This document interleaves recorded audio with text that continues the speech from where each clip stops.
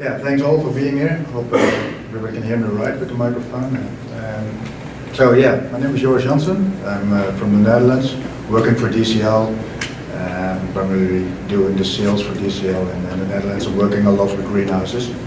As many of you probably will know, is that there is a lot of greenhouse in the Netherlands for the tomatoes and the flowers that we produce. Talking about CO2 fertilization, CO2 fertilization using the Vertigo system, which is created by H&H and sold and serviced by Aeronox. So let's start with the CO2. So it's one compound, but it has two sides.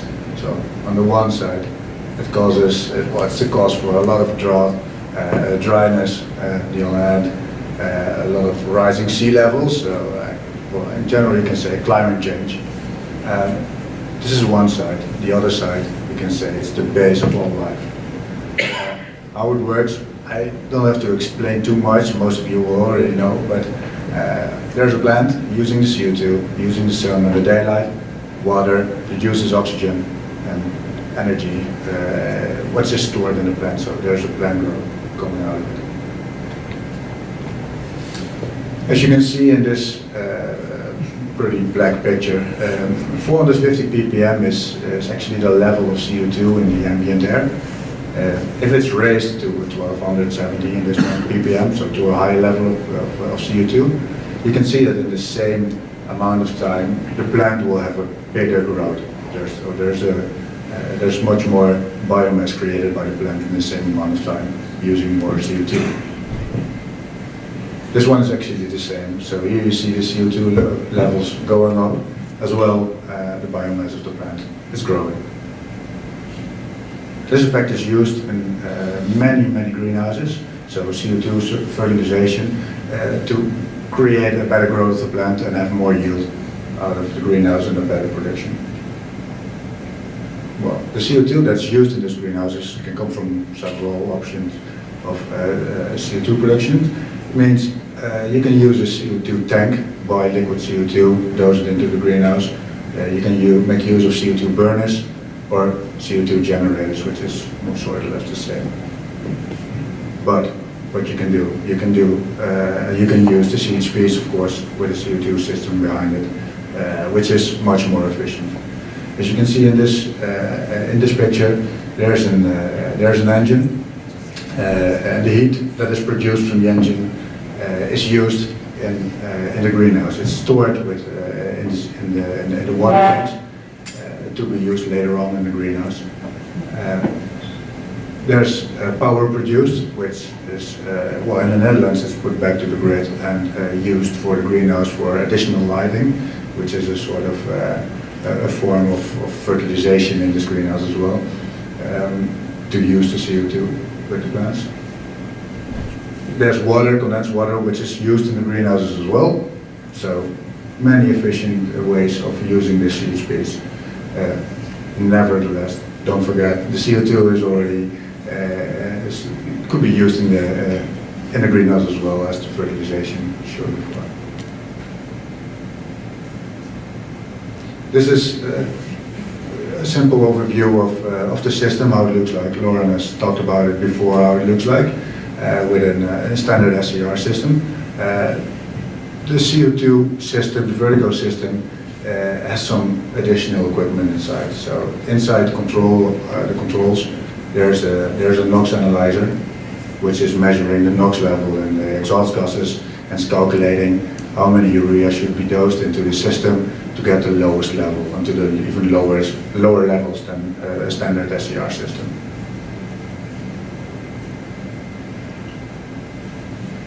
So here you see it all in a schematic overview, the engine, the reactor, there's the NOx analyzer, dosing units, the urea tank, pump, skittle, compressor, and all the parts that are used for the controls.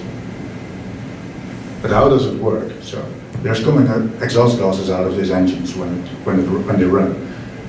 Together with this urea, which is injected, It goes into the reactor, and there are some catalysts inside. So you have SCR catalysts and oxidation catalysts to go to these lower levels. Below you see the equations of what is going in and what's going out. For the SCR, for the NOx, the nitrogen oxygens, to remove them into nitrogen and water. And then we will have the oxidation reaction afterwards, which makes sure that the rest of the hydrocarbons and poisonings as ethylene and stuff are going to be removed out of the exhaust gases, so that the CO2 is as pure as can be, well, pretty pure indeed, to make it usable for fertilization in the greenhouse. So the right choice of SCR and oxidation catalyst in combination with high-end reducing agent control and analyzers could bring the exhaust down to lower than 10 ppm of NO, lower than 6 ppm of NO2, and even lower than 400 ppb of ethylene. And it creates a lot of CO2 that can be used in the greenhouses. If the used gas has less contamination of ethylene and nitrogen oxidase, sorry, I'm Dutch, for me the words are sometimes a little difficult to pronounce with. The ethylene and nitrogen oxidase, the less contamination there in the gas, the more CO2 could be used into the greenhouse. Here you see a small overview of what the compounds in the air is in the greenhouse. So the minimum, you can see it as the ambient air.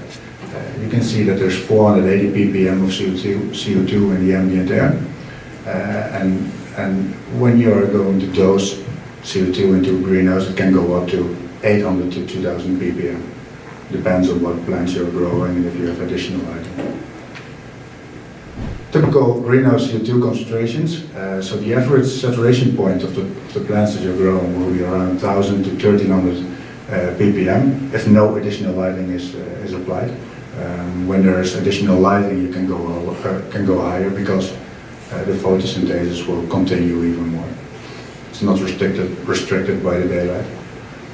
The growing period will be shorter, 5 to 10%, which means that the quality of the crop will be increased with thicker leaves and a faster growing process. And this all increase. This increases the numbers and the faster flowering per plant, bigger yield.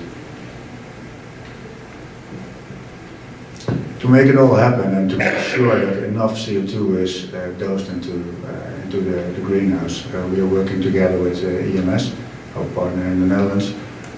Well, they've invented. You can see it on the picture. It has a nickname called sort of a sniffing pole. What it does is it measures the air quality in the greenhouse on the leaf level. With a computer system, it calculates what should be done and gives you a feedback of how you should run your greenhouse. Should you dose more CO2? Should you open your windows? Should you put more heat inside? And so on. So it helps you determining how to use the CO2 in the greenhouse. The CO2 system from Vertigo is much cheaper than